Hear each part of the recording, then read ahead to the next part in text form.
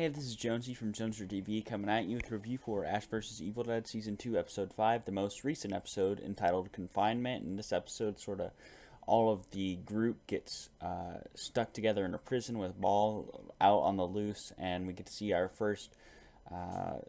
We see Ball for the first time, who's going to be the main villain in this season. I think he's pretty charismatic, and he's very.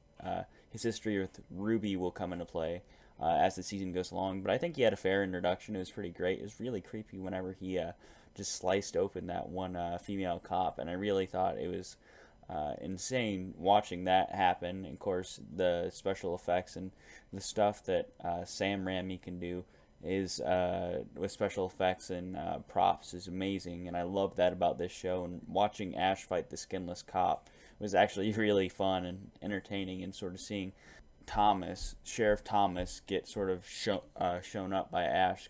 The sheriff thought everything Ash was doing was made up and Ash was ashy slashy, but he figures out, oh wow, I'm actually wrong about him. This episode had was less funny than last week. There were still a few funny moments, such as whenever Ash called the sheriff basically a big walking penis, and that was funny. But at the same time, I don't think this episode needed as much humor. There's a lot of plot development and a lot of action sequences and a lot of introduction to characters, and it was a really good episode. It was darker than most, and I really thought this episode was pretty great. And of course, I always loved Chet.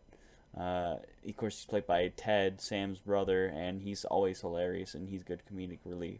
So I really did like this episode. It sort of pitted all of the characters we've got to know from seasons 1, season 2 against each other in the prison as Ball is trying to drive them mad.